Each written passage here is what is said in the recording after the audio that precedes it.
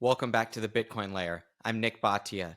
Today, we welcome back Fred Thiel. He is the chairman and CEO of Marathon Digital Holdings. And we're extremely excited to talk to Fred about Marathon's recent deal with the government of Kenya.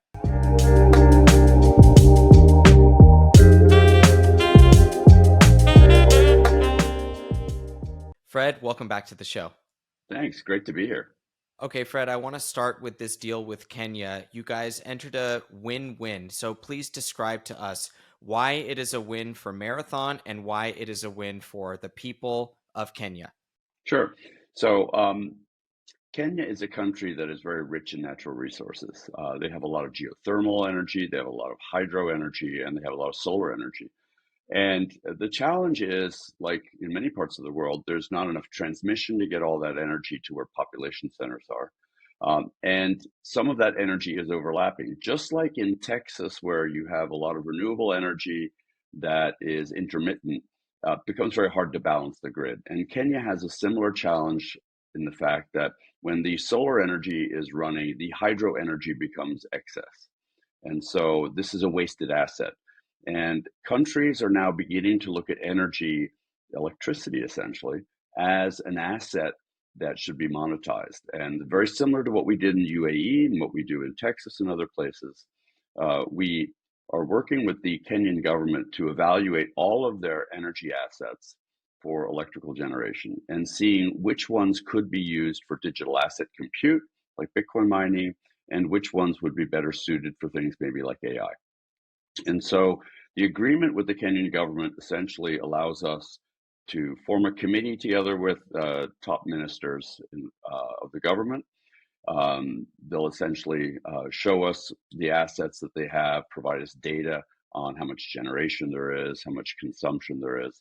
And together we will figure out a short list of projects where we will go in and mine Bitcoin, for example, and where they can offer that energy to third parties. When we did the signing in Washington a few weeks back, Microsoft and Google were there as well, signing a deal together with G42, which is essentially a venture investor from the UAE, regarding developing AI assets. So we're focused on developing the Bitcoin mining assets there for digital compute, and Microsoft and Google are focused on AI data center development. At the end of the day, the benefit to the people of Kenya is we're generating revenues from an otherwise underutilized asset, which is stranded energy, essentially.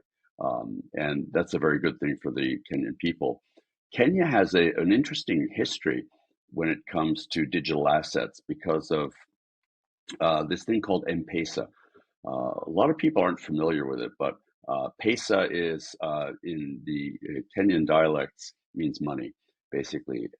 And back in 2007, people discovered in Kenya that you could trade essentially mobile telephone points back and forth. And so they used this as a type of synthetic money.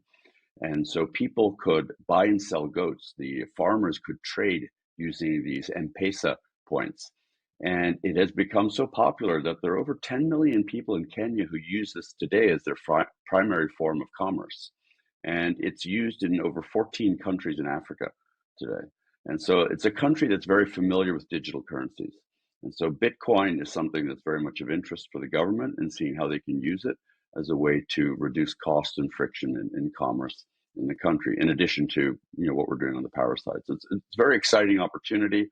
And this is really a perfect way for companies like Marathon to engage with governments to help them maximize the opportunity they have for their energy assets. In UAE, it's very similar. In the Gulf region, you have these big temperature changes over the course of the year.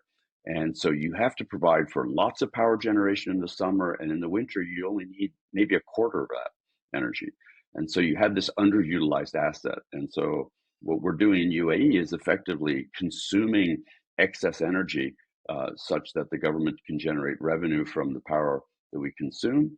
And it allows them to do a number of things relative to better optimize not just their power grid and balance the grid, but also lower the effective economic load on the government to provide energy at low cost to the populace. The Bitcoin layer is sponsored by River. River is a Bitcoin only exchange if you guys are looking for a place to get allocated.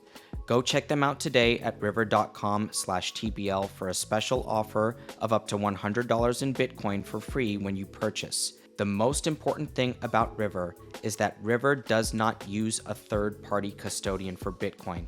That means when you purchase Bitcoin on River, River has its own storage solution and is not relying on any third party to custody that Bitcoin.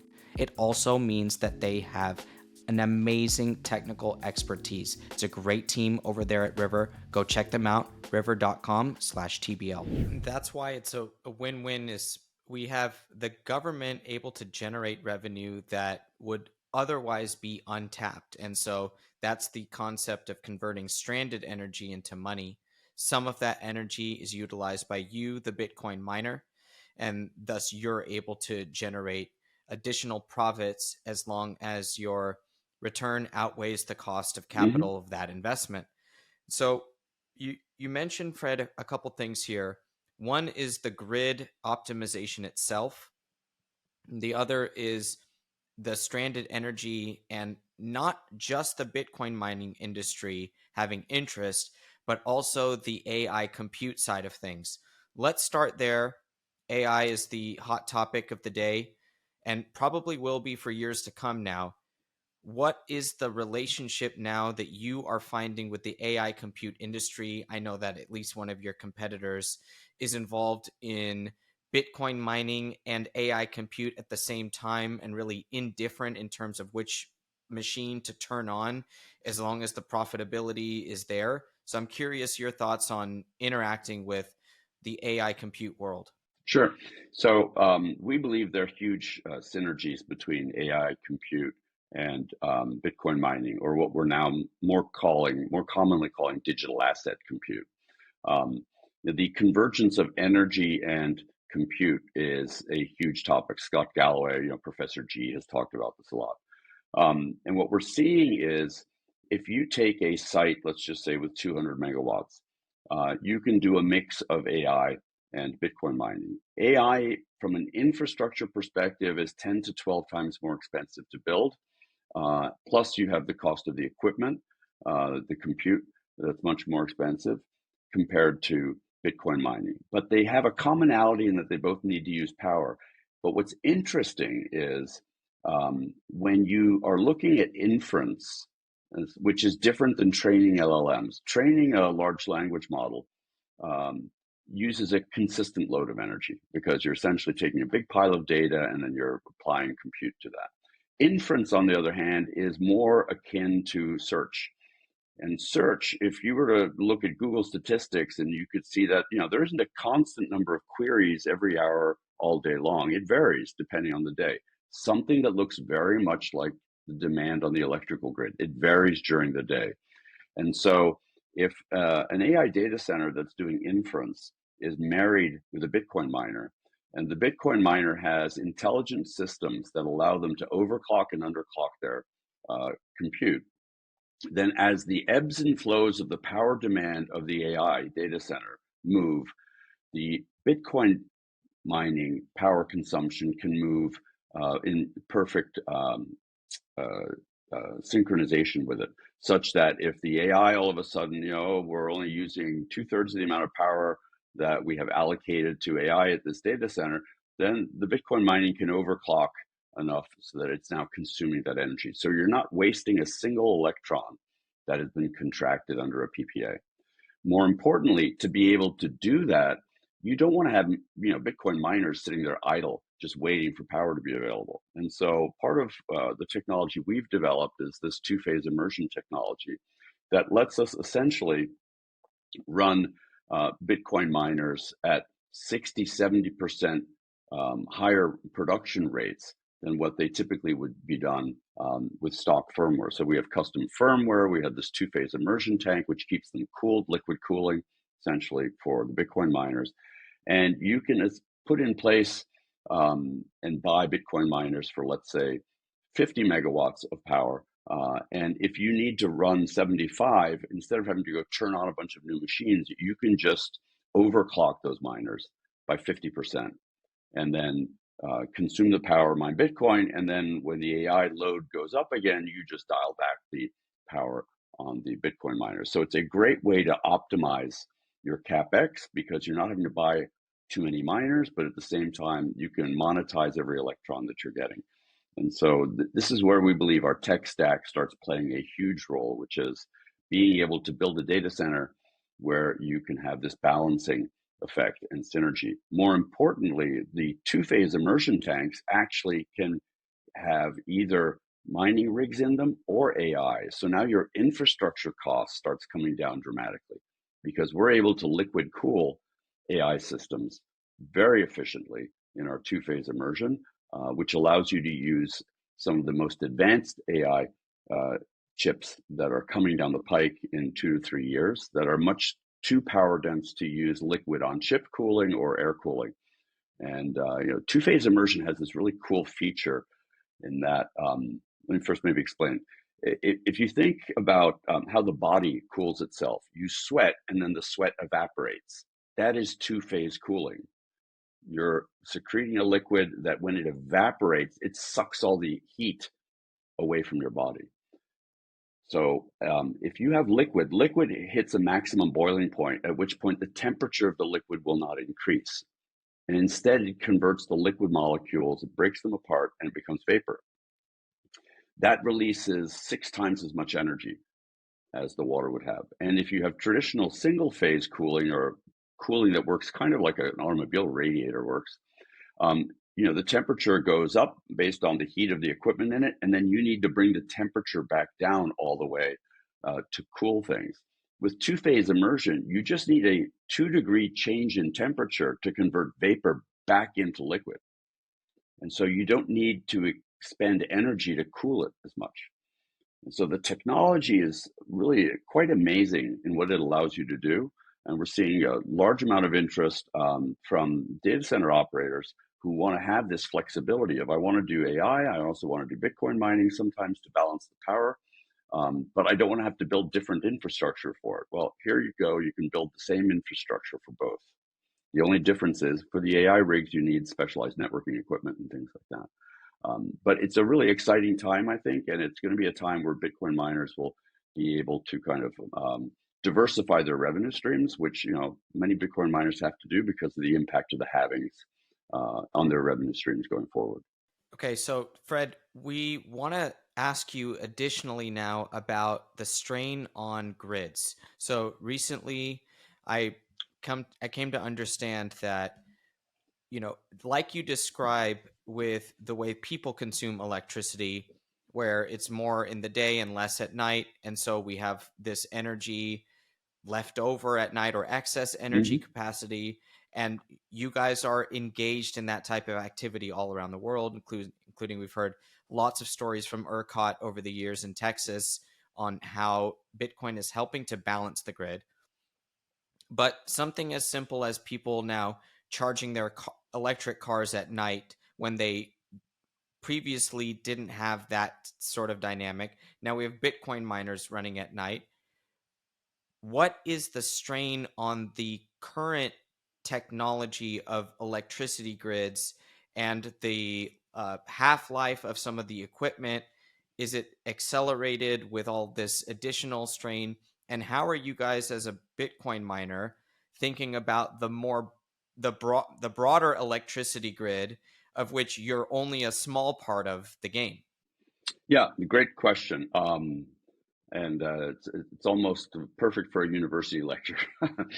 But so think of it this way. There is something called the duck curve, which is the traditional demand curve for electricity during the day. Starts in the morning, there's a small peak at 9 a.m., and then it drops down again by noon, and it's kind of low. And then at 3 p.m., it starts moving back up again towards 9 p.m. when it peaks again. And that has to do with people's lifestyles and what they do. The interesting thing with the grid is, especially Texas, when you add solar energy, it doesn't shine at night, it shines during the day. And so historically, in the duck curve, the lowest point of energy consumption during the day is the middle of the day when all the sun is shining and generating solar energy. And so there are times of the day in Texas, for example, where you get paid as a Bitcoin miner to use energy because there's so much excess and they want to get rid of the energy. And so as you add EVs in charge at night, you're actually not impacting that kind of pricing dynamic that affects Bitcoin miners. The bigger issue, though, is not EVs and electrification of cooking surface tops and heating. It's AI. Because if you look at the load AI puts on, especially LLMs, AI load is continuous. It's base load, where Bitcoin mining is an interruptible, dispatchable load, as it's called. You know, the ERCOT can call one of our sites and say, I need you to shut down for 2 hours, and you have day ahead signals and all these things. With AI, especially if you're running LLMs, you can't do that. And even with inference, you really can't do that because, you know, imagine that you go to Google to do a search query, you go to ChatGPT to do a query, and it says, sorry, we're offline because we're in a curtailment period right now. The customer experience is not going to be very good. And so AI has a very different dynamic about how it needs power than Bitcoin miners do. And Bitcoin miners are actually viewed as a positive on grid because we act as a balancing capacitor, right? We can shut off whenever the grid needs the energy. AI doesn't have that benefit. And that's one of the reasons why AI has to pay higher tariffs for energy. But if you look at states like Georgia, and this is a perfect example, a year ago, Georgia said they had enough power generation to meet the current needs of their demand. And a few months ago, they updated their projections and said they have a 40% deficit, meaning they have demand potentially for 40% more power than what they have as they look at projecting over the next few years. That means that some people are going to have to go without power, or they're going to have to change the types of demand customers that they have on their grids. Texas recently projected a huge increase in the amount of solar and wind that they're going to bring online over the next few years. The problem with that is solar only shines during the day, and there's not enough battery capacity to store that energy. So Texas needs more consumption to be able to consume during the day. But at night, they have this problem of you have EVs, et cetera, and you don't have sun shining, right? So the other big challenge is there isn't transmission capacity for all this new energy generation that's coming online. Texas, the west part of Texas, where most of the solar and wind energy is generated, is not where the energy is needed. The energy is needed in the east part of Texas. And to build transmission lines, it's hundreds and hundreds of billions of dollars that have to be spent. Actually, in the US, I think FERC published a data point earlier this year that said it's about a $3 trillion deficit in utility spending to build transmission capacity in this country. So what that means is, you know, you can't build solar farms and wind farms out on the edge and then transport that electricity 600 miles to a city somewhere. You need to start generating electricity where it needs to be consumed. And this is where our energy harvesting business really fits perfectly. What we essentially do in our energy harvesting business is we look at, can we generate energy from something that already exists at a site? For example, landfill methane gas, or for the case of like methanol or ethanol manufacturing, taking this corn waste product that otherwise the manufacturer has to pay to have carted off and processed. We can take that, put it in an anaerobic digester, generate electricity from it, and then generate heat with our mining operation. And then that heat can go right back into the manufacturing process for ethanol and methanol. What we're doing is we're allowing the methanol plant to not need to have to buy electricity off the grid for their manufacturing process, or as much energy as they would, and instead pay us for processing their waste material and then providing them with heat. We generate Bitcoin as an exhaust of that process. And in an ideal scenario, our cost to mine Bitcoin becomes zero. So it's much more beneficial to our shareholders because we're not paying for electricity. We're actually being paid to generate electricity on behalf of the methanol producer. And so we're very focused on looking at all sorts of ways where we can essentially use energy that somebody else already has paid for and use that to do things like mine Bitcoin. So what we're doing in Finland, which we just released today, with district heating, we're heating 11,000 homes in a town in Finland using heat from our data center. And instead of them paying for electricity to generate heat, they pay us same tariff.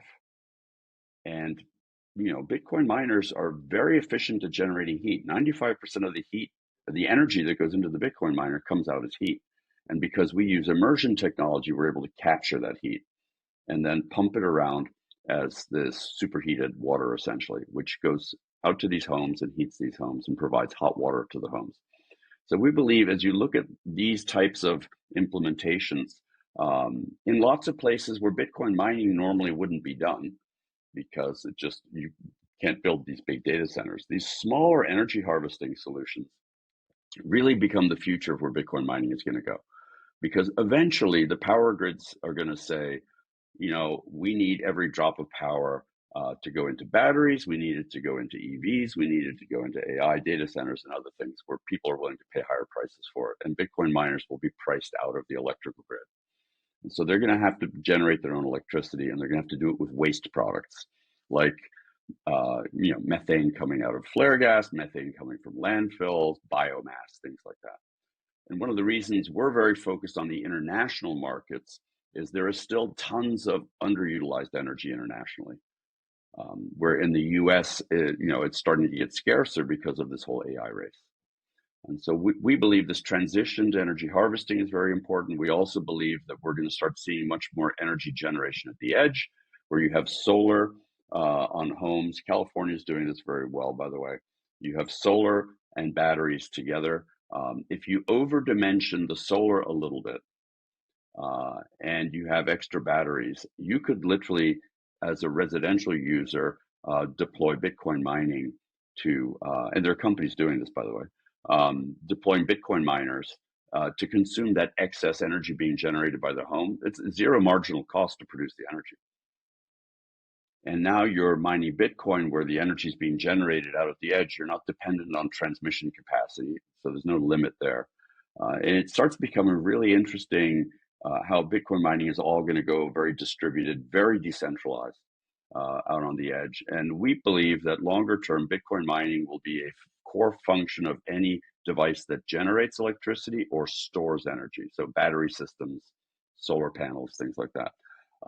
And it will be sporadic. It'll be intermittent. It'll go on and off depending on certain conditions, pricing in the energy markets, sun is shining and not, things like that. So a lot of interesting stuff in the future here.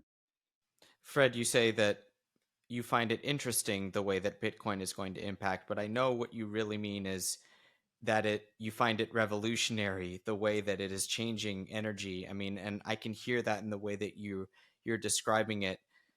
I want to touch on two things really quickly.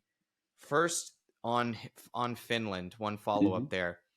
Are you saying that you are actually removing the necessity to consume electricity to produce heat, electricity or gas in these homes, and there's a separate heating liquid that's going and wired through the town? Can you describe what you Sure. mean by that? It's not quite what you're saying, but essentially what happens is in Scandinavia, I'm Swedish, and so this is something that's near and dear to my heart.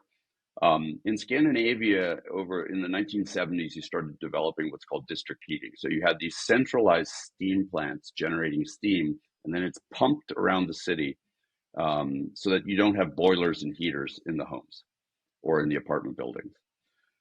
And so essentially what we're doing is we're replacing one of these steam plants. And so while it may consume the same amount of energy as it used to before, instead of that energy simply creating heat, it now creates heat and it creates Bitcoin.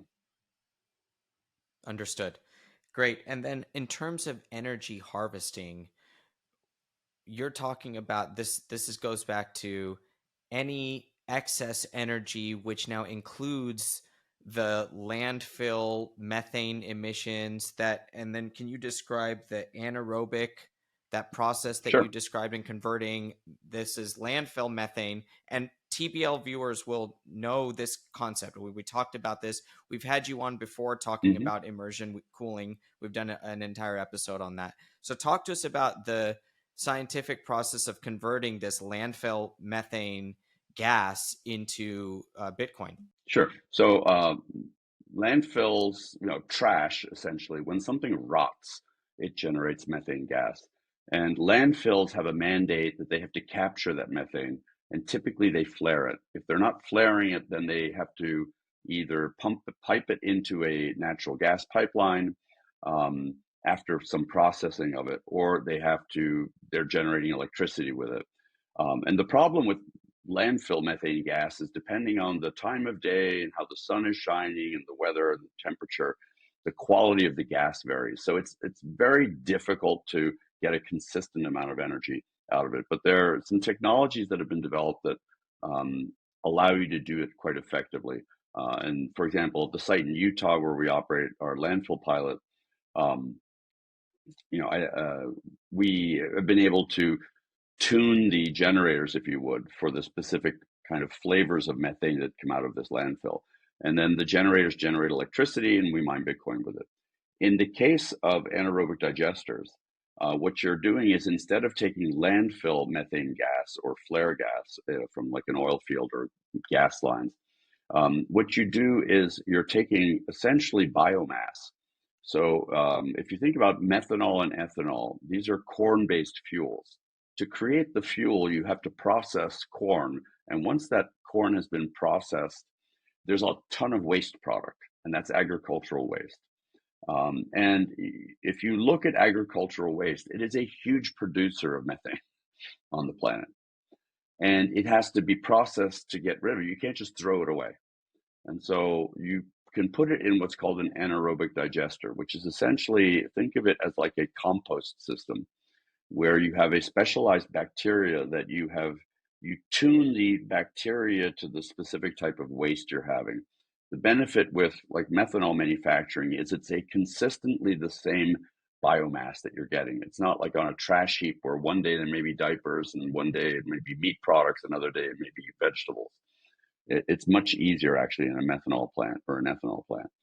And if you stop at a gas station, you'll typically see there's ethanol in every sort of gallon of gas. So it's a huge industry. And so we can take this biomass, put it in an anaerobic digester, which is essentially a bacteria-filled compost system whose output is methane that we then use to generate electricity. And then we feed the heat from our miners back into that process because to create ethanol, you have to heat it. 50% of the energy used by industry globally is used for heating. And of that, about 14% is the type of heat that we can generate in our data centers. Think about the cost savings to industries. If you could take the waste product of that industry, turn it back into energy, and then that energy back into heat so that the industry doesn't have to pay for the energy in the first place. This is a great way to save and lower consumption of electricity on power grids. Now, I want to ask you really quickly before we move on. I know it's not your job to build out the 3 trillion in transmission uh, wires that need to go all around the country, and you're just talking about United States. Mm-hmm. That doesn't even come close to including the amount of transmission capacity needed on a global scale. Is there any what would be your policy recommendation or your first move if you were in charge to get the United States better positioned for future electricity consumption? So I would do a couple of things. One is I would start evaluating essentially a land use policy whereby it would be much easier for FERC, which is essentially the Federal Energy Commission, to work with utilities such that they would be able to get land such that you could put cables, power cables, installed either on high tension power cables or ground based systems. The problem today is a lot of the cost and the time delay is you have to essentially either buy land or get rights of ways. It's kind of like building a railroad or a pipeline. It's the same process. Nobody wants to have high tension power cables running over their house. And so people don't want to have these things in their backyards. And there's a lot of NIMBYism around this. And I'll give you an example from Sweden, for example. In the north of Sweden, which is similar to New York, lots of hydro energy. It's very cheap, 2 cents per kilowatt hour energy. But most of the population is the southern end of the country, or just like New York, it's in the southern end of the state, New York City. And so you have transmission that goes north to south. The problem is there's not enough capacity in those transmission lines such that the consumers in the south have to import energy from high cost places externally. In Sweden, they have to import energy from Germany at 10 cents a kilowatt hour when it costs them 2 cents in the north of the country because nobody wants to have more high power tension cables running over their houses. And so we need to solve the technology of energy transmission, right? Whether that is done through some form of wireless means, some form of light-based laser type technology, or other.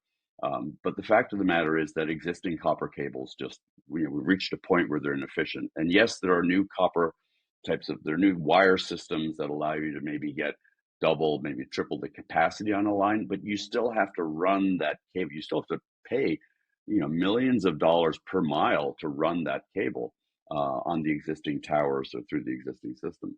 And so this is why it's taking so many years and so much money. The real problem then comes down to who's going to pay for it. And so the utilities, if they're going to invest in it, the consumer has to pay for it, right? Because utilities are, for-profit businesses. And so you and your neighbors don't want to have double or triple the electrical rates. It's already expensive enough as it is, to have more transmission capacity. And so the best way to engineer around this is to use first principles.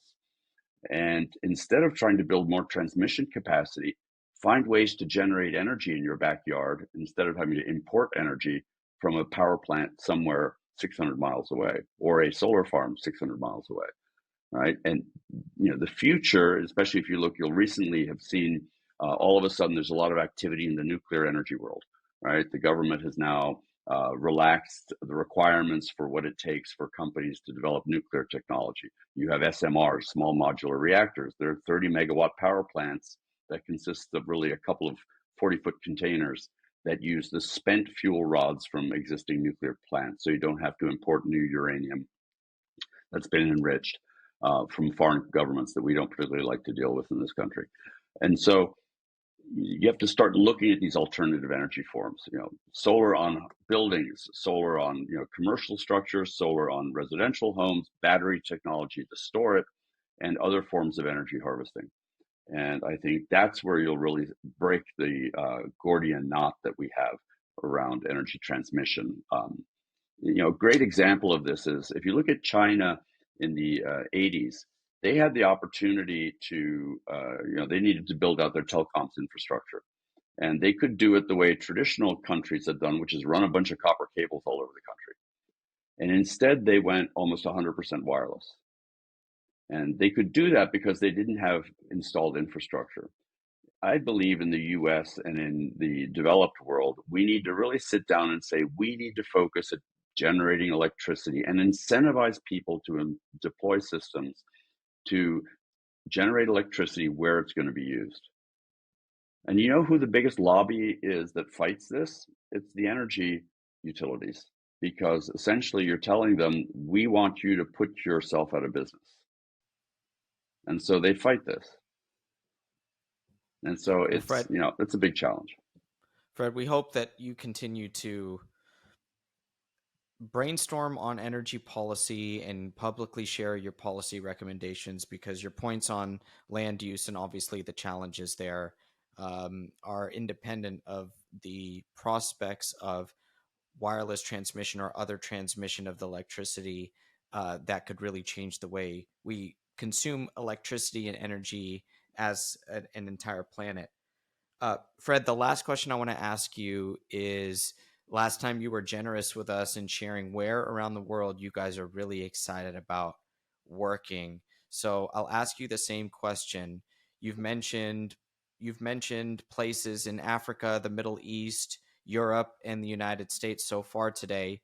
Where are you guys looking from the marathon perspective for great opportunities in excess energy, stranded energy, methane landfill, friendly governments, governments that are forward thinking, governments that are digital currency open minded?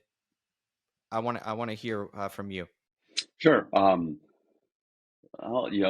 there's this expression, "The world is my oyster." Um, when you look across the spectrum of technologies that we have developed and we are developing relative to energy use, whether it's energy harvesting or whether it's utility scale mining, there are huge opportunities in Latin America. There is a ton of stranded energy, underutilized hydroelectric energy, clean energy. Um, there are great opportunities for solar energy as well in Latin America. As the high desert of Chile, for example, is a perfect spot. And a lot of these renewable energy projects have never been able to be funded because the inability to get the electricity to a consumer. So instead, bring the consumer, meaning us, to the energy. Um, Africa, similar thing. You have lots of excess energy. Kenya has so much geothermal energy they could power great swaths of Africa if you could develop it and build power lines. And that's why there's so much interest in building data centers in Kenya. Tanzania, similarly. The Gulf region, all around the Gulf, all these oil producing states, they are flaring tons of methane. All that methane could be captured and turned into energy. You have large amounts of agricultural waste in Africa, across Asia, the Indian subcontinent. There are very exciting opportunities, and there are lots of renewable energy companies that have developed and invested huge amounts of money in Asia, South Asia, Africa, and other places, where the ability for them to generate more energy has very low cost, but there's no offtake, there's no consumer for it. And so we believe that by partnering with utility companies, and I kind of uh, laughed the other day when somebody reminded me, there's a conference called Mining Disrupt, which happens in Miami every year, and it happens to be next week here in Miami. I'm in Miami right now. And 3 years ago, I spoke at the conference and said, Bitcoin miners are going to have to partner with power utilities because it's going to be a joint venture between them. Well, here we are 3 years later, and that's what's going on today. So all over the world, there are some places where, for example, we don't want to expand. Places like Canada, for example, we think the government in Canada is very unfriendly regarding energy policy for data centers and what we're doing.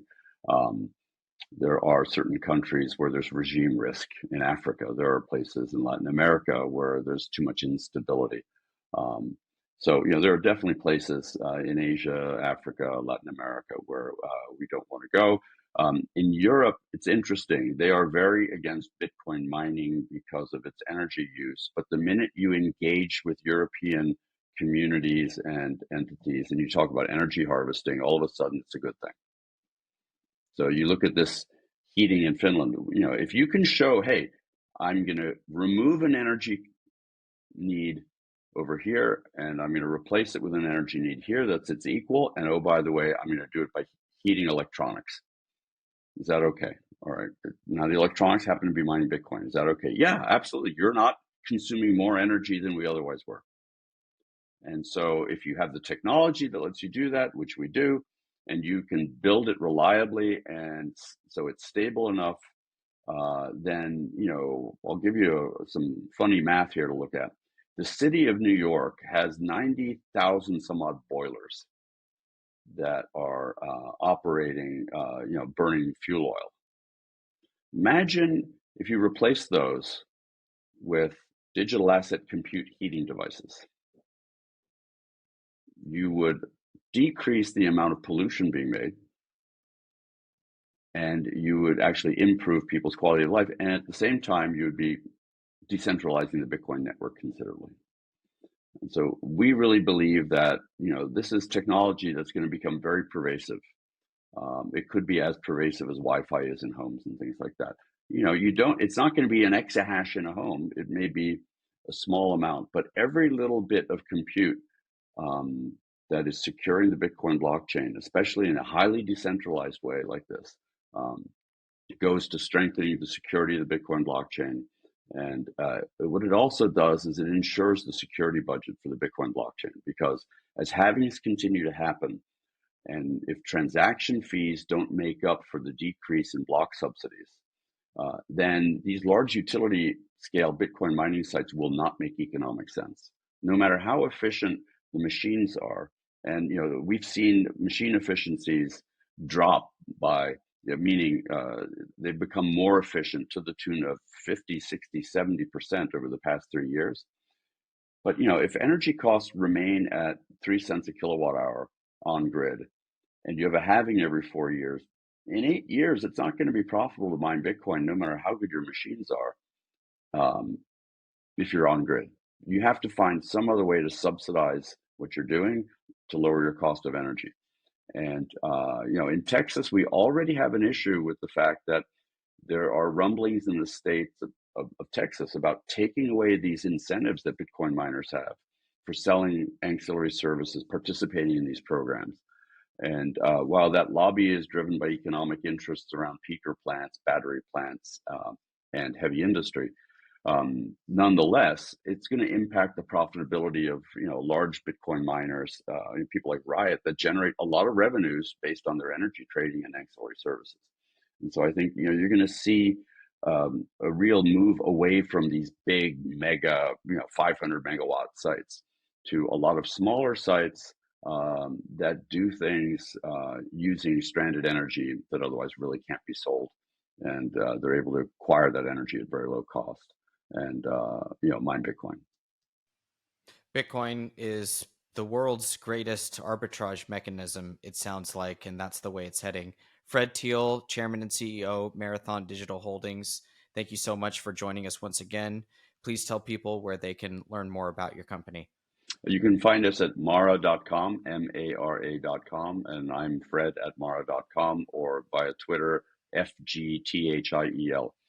Fred, thank you so much, and we'll catch you guys next time. Great. Thank you. The Bitcoin Layer is proud to be sponsored by River. River is a Bitcoin-only exchange, and we think it is the best place for you guys to get allocated if you have made that decision to purchase Bitcoin. So go check them out at river.com/TBL for a special offer of up to $100 in Bitcoin for free when you purchase.